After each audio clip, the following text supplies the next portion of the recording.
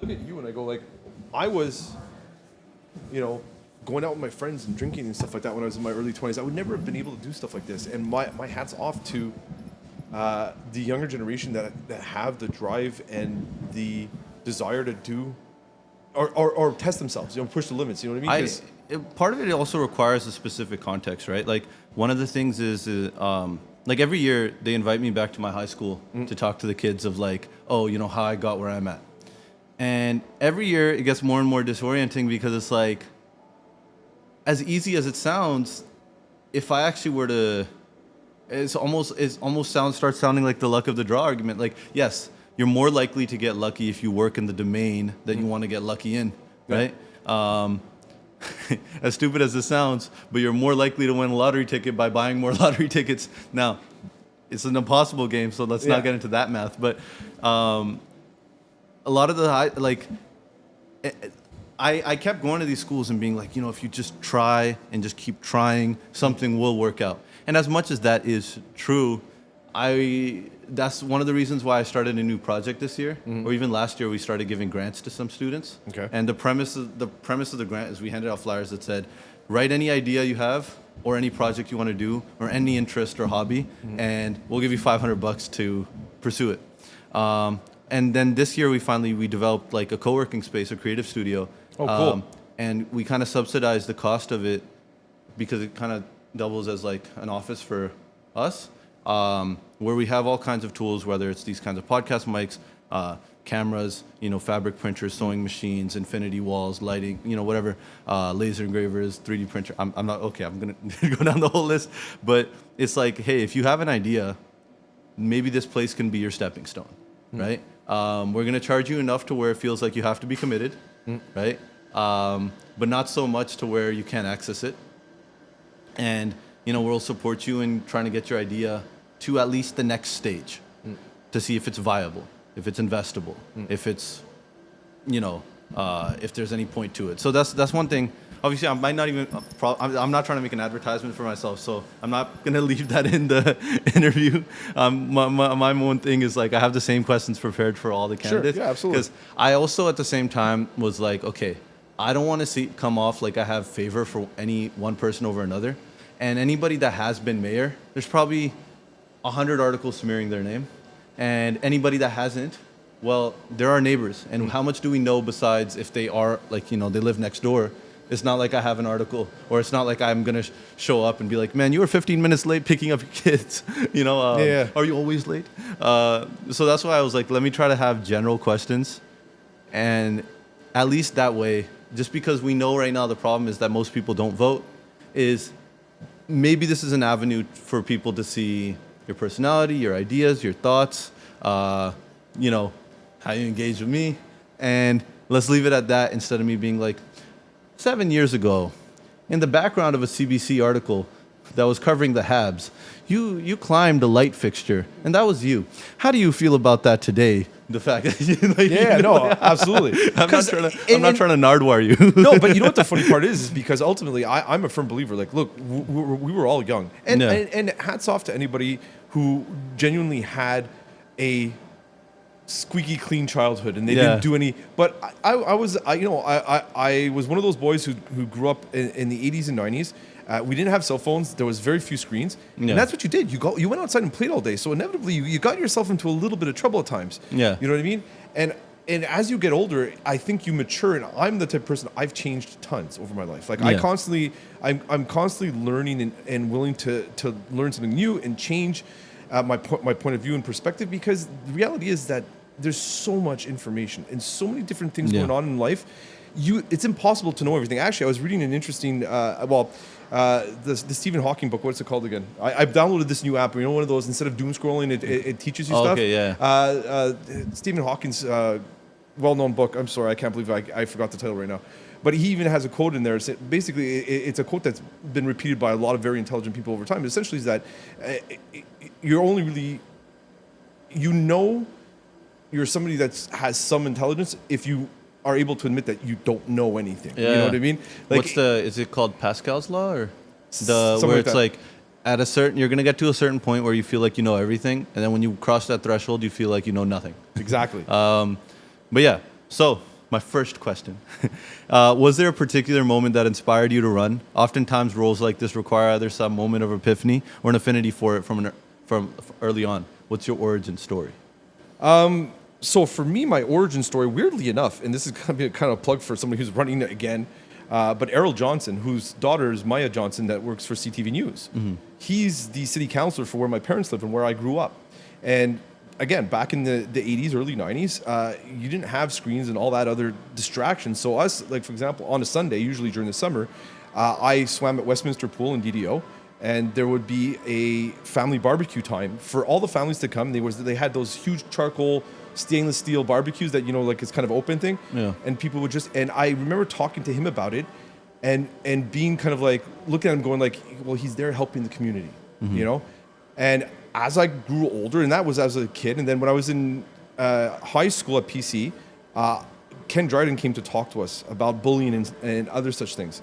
And he was somewhat involved in politics, and there was our member of parliament at the time was there as well. And I remember meeting them, and my teacher seeing in me that I had a kind of an interest in political related issues.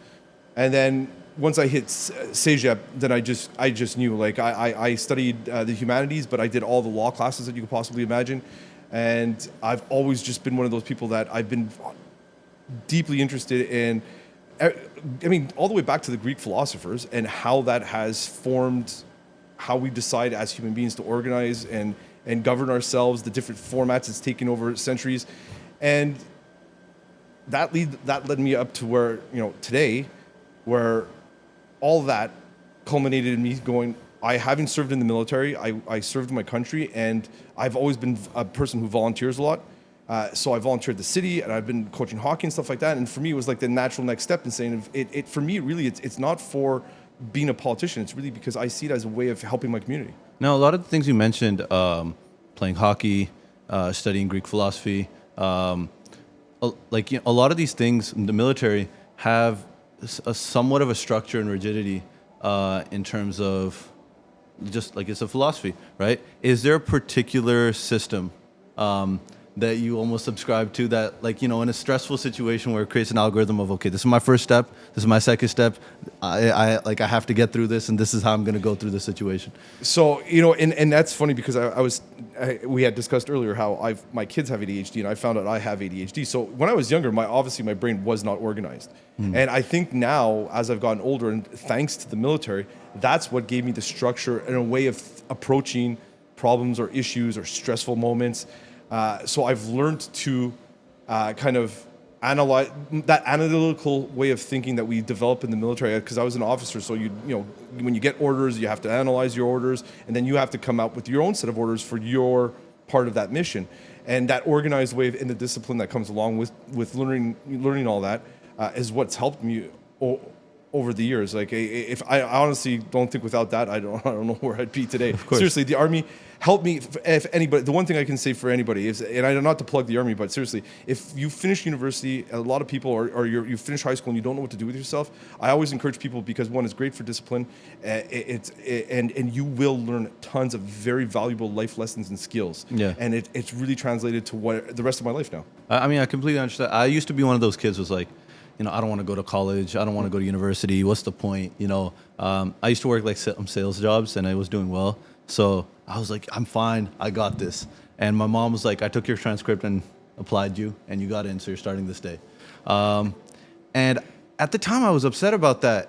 And then now I realize the value of school, which is, it's not necessarily even the education that you get. It's when you sit in a class and the teacher's asking a question and you don't even know what she's talking about, and half the class raises their hand, or you answer something and you're completely wrong, or you just get destroyed in some kind of argument, it humbles you. Yeah. And it allows you to actually, because for the most part, as much as we interact with people, how often is it that we completely get to interact with people's ideas and minds and their intellects?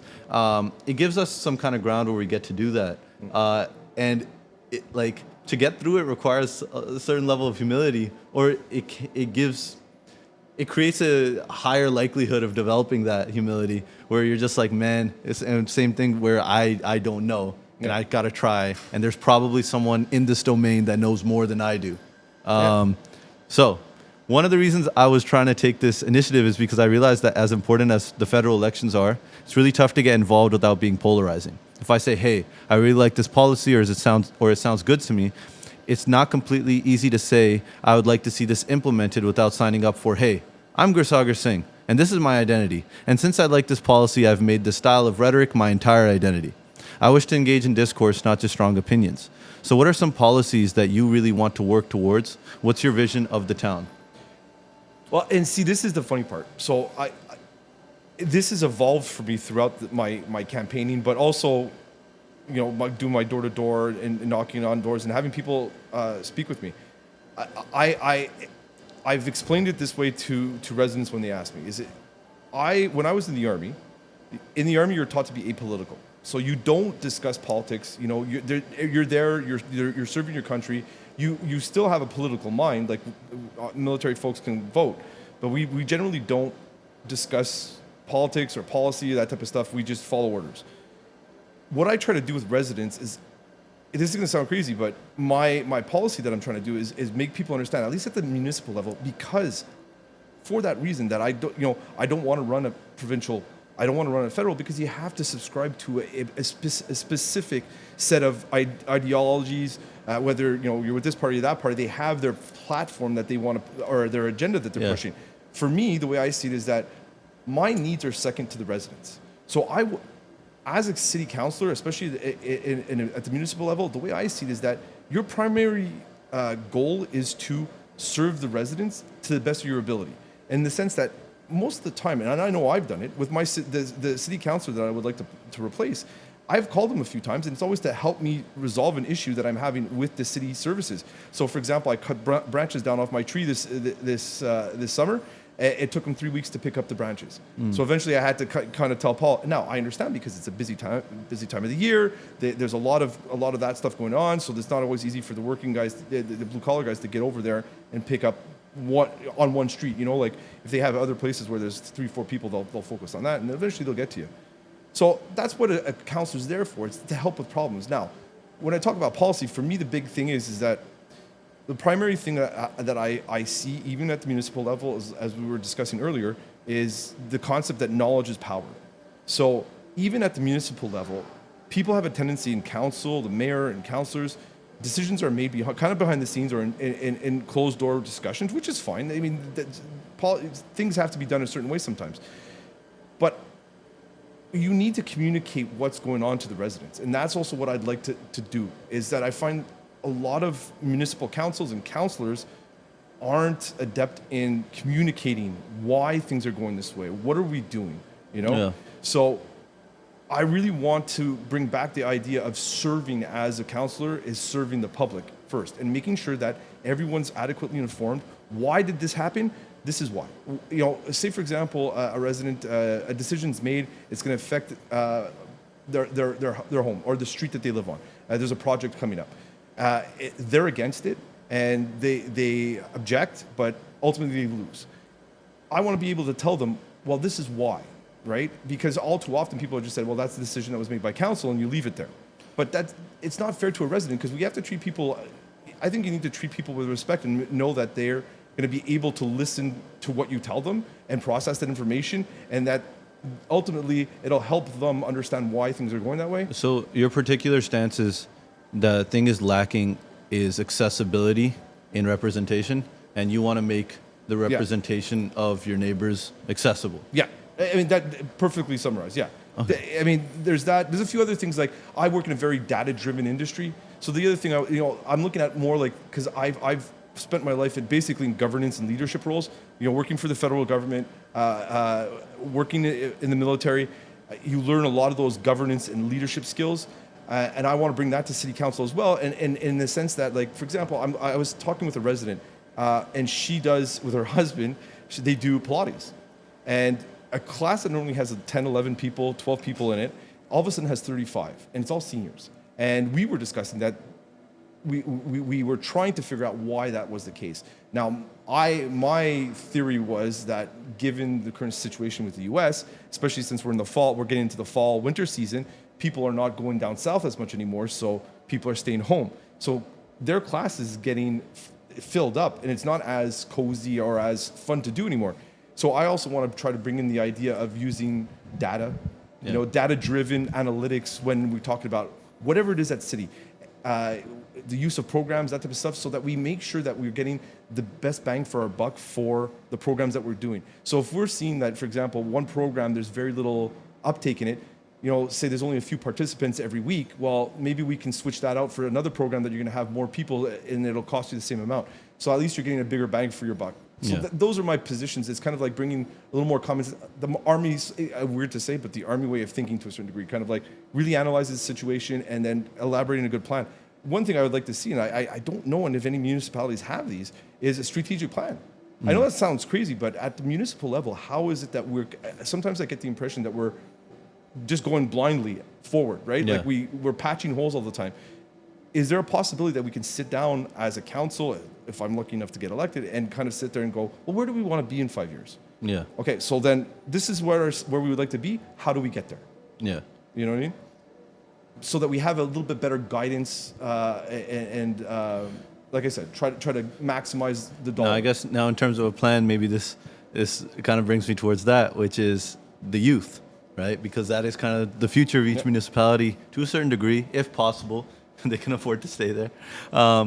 Only 22% of people in my age bracket, 18 to 24, voted in the Montreal municipal election. And for how strong the discourse around politics and the passion around ideas tends to be, 22% is disappointingly low. What are some policies that you may have positioned towards the youth, and what are some things that you are doing that you feel would appeal to the youth? I understand it might be tough because if we look at a lot of the polls and statistics, it might not be easy to have an inclusive message. A lot of what may appeal to a family man or the older crowd, safe neighborhoods, quiet neighborhoods, and stable ones, where the youth wants an avenue to continue living there, a prospect for business opportunity, and programs that build some form of community equity or opportunity in general. And sometimes, I notice what maybe sometimes people that I'm talking to is like, well, if the vote isn't there for the youth and we know that, instead of trying to convince the youth, they just appeal to where the voter base is. But then it further alienates the youth, and then the youth doesn't feel like voting even more because no message resonates to them. It's like the bus problem. Yeah. Until you put more buses, more people won't show up, and until more people won't show up, this town's not ready to put more buses. Well, it's like the REM. Yeah. I hate to say it, but like right now, the REM, there's an argument that the reason why, for example, ridership isn't greater in certain areas, or in the potential for the REM not to be successful in the West Island because there's a limited amount of parking spots at several of the stops. The argument is that, well, because I live close to the REM, right? So it's too far for me to walk. So I'll have to drive, you know what I mean? But if I want to drive there, I won't be able to park. So you won't see the ridership that you're going to want, right? I find a lot of towns are discussing making some sort of shuttle or something towards it. Well, that's it. So, I mean, and I know Kirkland's, my town's looking into that. But to your question, my policies, see, so that's the weird thing for me. Sometimes I don't think, or I don't feel, I don't act the age, my actual biological age. Like a lot of, I've been engaged, like I mentioned earlier, in politics. I've had interest in politics for years and years and years since I was, my early adolescence, if you will, childhood, up till now. You have to encourage youth, and this is one thing I would hope to do as a councillor. For example, there's committees at the city. Try to get youth. Let it be known that just because you're 18, 20, doesn't mean that you can't volunteer and be a member of a committee that provides guidance to city council. I think it's important that you have to be inclusive in that respect, because we forget that every generation ultimately has a slightly different way of analyzing the situation, looking at something or what their desired outcome is going to be. So try to get people engaged, get better programs also for teens and young adults. I mean, I use my daughter, obviously she's not of voting age yet, but one thing she's talking about is like she loves using our local library. But there's very few programs geared towards young adults and teens and stuff like that, right? Because we just assume that they're all going to go off and do something else. You need to put programs in place that are going to attract people to municipal services. I mean, the more you get involved in municipal life, Yeah. you will develop that desire to be involved, right? Because if you're invested in your municipality, then you'll feel like a part owner, and that's what drives, in my opinion, that desire to want to exercise your democratic right or your civic duty to vote. Yeah. Because if you're engaged in it and you feel like I have ownership, I have, there's activities. Growing up when I was a kid, I remember, like I said, I lived in DDO, and I grew up at an area called Westminster Park, and there was, every summer we'd have activities there, and people would volunteer, and you had the pool.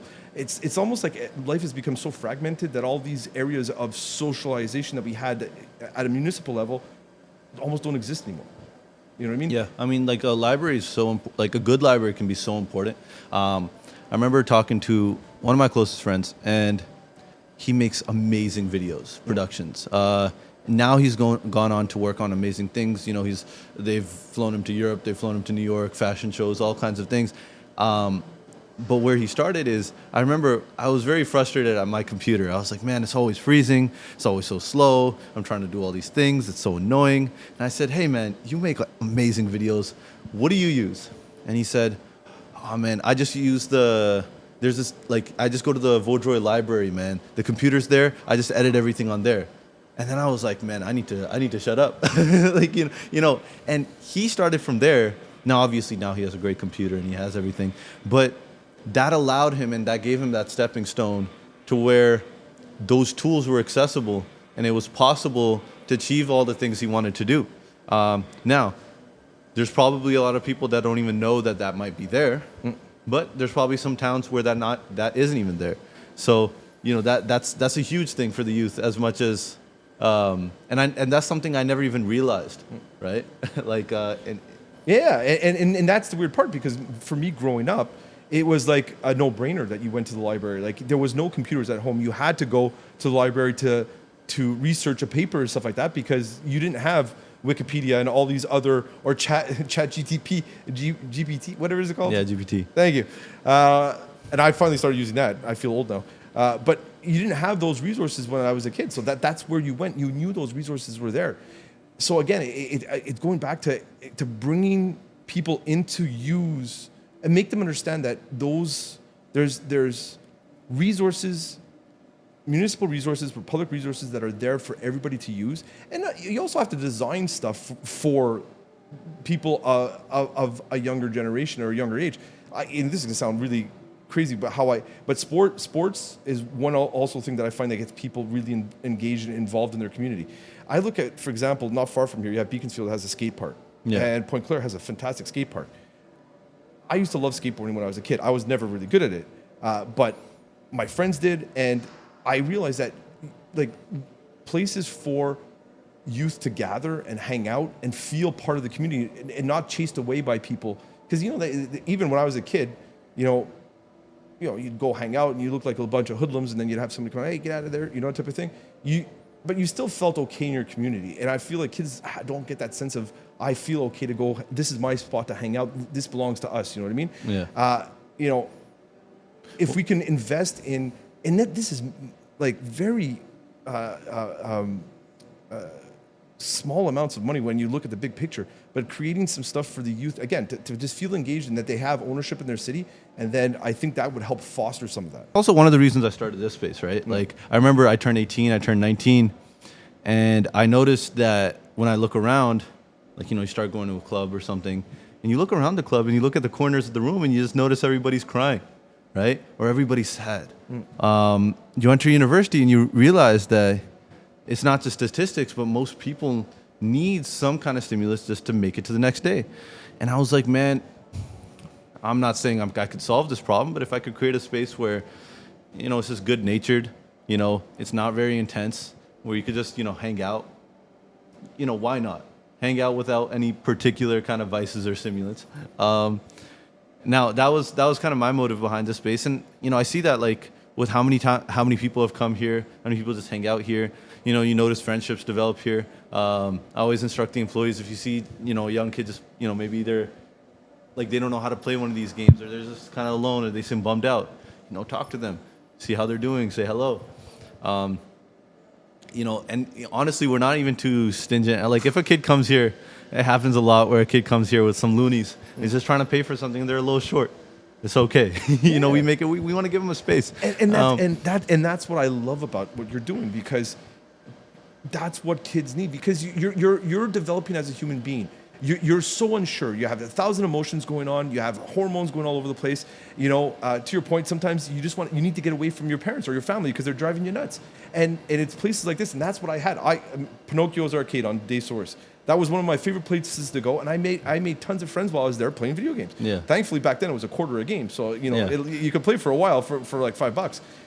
But that's what I did. It was spaces like that where you felt you had a space that you belonged, and you could, without judgment, that type of stuff. And that's actually, my oldest daughter has got me into anime. We've gone 2 years in a row to the anime convention, and something that I used to look at with kind of, because I didn't know it, I kind of looked at it and I was not scared of it, but I just really didn't understand it. But I getting to go now 2 years in a row, I realize how welcoming the anime manga community is. And going to the anime convention, people dress up and cosplay all kinds. Nobody judges, and everybody, people will go up to other people and congratulate them on their costume because they made it themselves. It might not be like the pro 100% best thing you've ever seen in your life, but you can clearly see the person put effort into it, and you have people that are going to go up to them and say, "Hey, can I take a picture with you?" Everybody feels part of a community. Yeah. And that's the sort of mentality I'd like to bring to municipal politics and say, like, make people understand. That's why I'm the one, I'd like to think I'm one of those candidates. Like, if people ask me about the people I'm running against, I'll tell them. I have nothing bad to say about. Now, we have differences in how we are. I think my experience ultimately will serve the public better.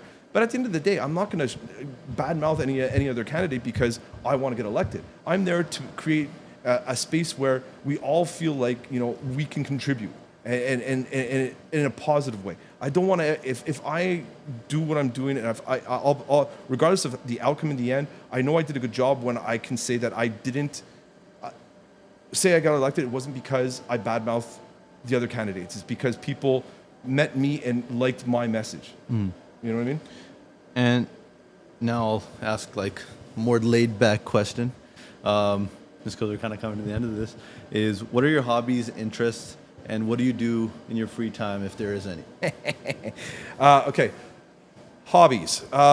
Primarily, I like to play hockey. So I play hockey twice a week. I like to volunteer. It's going to sound cheesy, but I like coaching my son in hockey too, because he